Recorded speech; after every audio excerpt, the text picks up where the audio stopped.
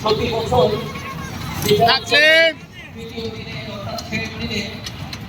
আমরা দর্শকদের সাথে দর্শকদের জন্য একটি দর্শক পর্ব রাখি, কিন্তু এই বছর আমাদের সাংস্কৃতিক পরিবেশনার দীর্ঘসূত্রিতার কারণে আমরা এই দর্শক পর্বকে আমরা যে ঘোষণা করেছিলাম সেটি আজকে বাদ দিচ্ছি। এই জন্য আমরা ক্ষমা চেয়ে নিচ্ছি, কারণ ইতিমধ্যে প্রায় 9:30 বাজে।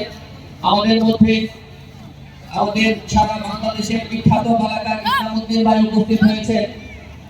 উনি ওনার টিম নিয়ে প্রস্তুত আছেন, তাই আমরা